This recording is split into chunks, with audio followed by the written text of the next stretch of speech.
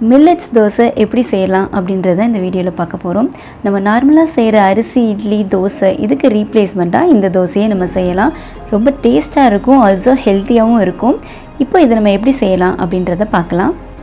எல்லா சூப்பர் மார்க்கெட்லையுமே இந்த மாதிரி சிறுதானியங்கள் கிடைக்கும். அதில் ஒரு கப் வரகு எடுத்துக்கலாம். எந்த கப் அளவுக்கு யூஸ் பண்ணுறீங்களோ அதே கப்பிலே ஒரு கப் திணை எடுத்துக்கலாம். ஒரு கப் சாமை, ஒரு கப் குதிரைவாளி,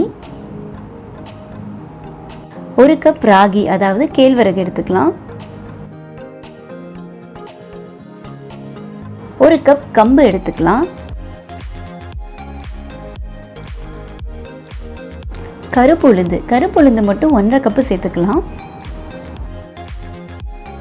உங்களுக்கு சிகப்பரிசி, கருப்பரிசி இது ரெண்டும் கிடைச்சதுன்னா இதில் ரெண்டுத்துலேயுமே 1/4 கப் சேர்த்துக்கலாம். இதில் இந்த மாதிரி எல்லா சிறுதானியத்தையும் கொஞ்சம் கொஞ்சம் சேர்த்து சாப்பிடும்போது நமக்கு இருக்கிற எல்லா நியூட்ரிஷனுமே கண்டிப்பாக கிடைக்கும். நான் இன்றைக்கி இதில் 1 கப் தான் யூஸ் பண்ணியிருக்கிறேன். நீங்கள் யூஸ் பண்ணும்போது 1 கிலோ கூட யூஸ் பண்ணிக்கலாம். 1 கப்புக்கு பதிலாக 1 கிலோ யூஸ் பண்ணிக்கலாம். இது எல்லாத்தையும் நல்லா கலந்து விட்டுட்டு நம்ம மெஷினில் போய் அரைச்சிக்கலாம். இல்லை உங்கள் வீட்டு பக்கத்தில் ரைஸ் மில் இருந்ததுன்னா அங்கே கொண்டு போய் நீங்கள் அரைச்சிக்கோங்க. இப்போ நான் இது எல்லாத்தையுமே சேர்த்து அரைச்சி எடுத்துக்க போகிறேன்.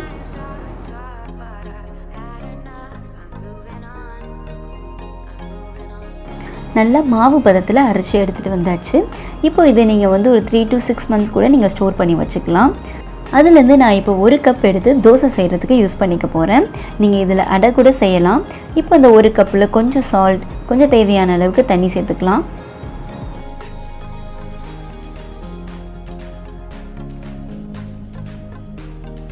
நல்லா கலந்து விட்டுட்டு நமக்கு தோசை மாவு பதத்தில் வர்ற அளவுக்கு மிக்ஸ் பண்ணி வச்சுக்கலாம்.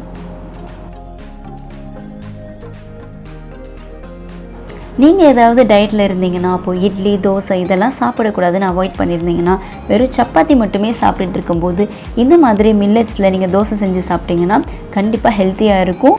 ஆல்சோ டயட்டில் இருக்கிறவங்களுக்கு இது ரொம்பவே யூஸ்ஃபுல்லாக இருக்கும். கலந்து வச்ச மாவில் இப்போ நம்ம தாளித்த கடுகு உளுத்தம் பருப்பு சேர்த்துக்கலாம். கூடவே கருவேப்பிலையும் சேர்த்துக்கலாம். அப்புறம் வெங்காயம், கேரட், கேபேஜ், கேப்சிகம் இந்த மாதிரி உங்களுக்கு பிடிச்ச வெஜிடபிள்ஸை இது கூட நீங்கள் சேர்த்து மிக்ஸ் பண்ணி வச்சுக்கலாம்.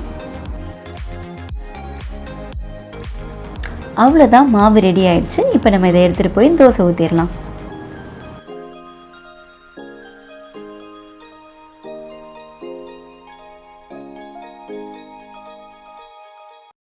அவ்வளோதான், நமக்கு டேஸ்டி அண்ட் ஹெல்த்தியான தோசை ரெடி ஆயிடுச்சு. இதை நீங்கள் தேங்காய் சட்னி, கார சட்னி இல்லை தக்காளி சட்னி எது கூட வேணாலும் வச்சு சாப்பிட்லாம். டேஸ்ட் சூப்பராக இருக்கும். இந்த வீடியோ உங்களுக்கு ரொம்பவே யூஸ்ஃபுல்லாக இருந்திருக்கும்னு நினைக்கிறேன். நீங்கள் நம்ம சேனலை ஃபர்ஸ்ட் டைம் பார்க்குறீங்கன்னா மறக்காமல் நம்ம சேனலுக்கு சப்ஸ்கிரைப் பண்ணிவிடுங்க.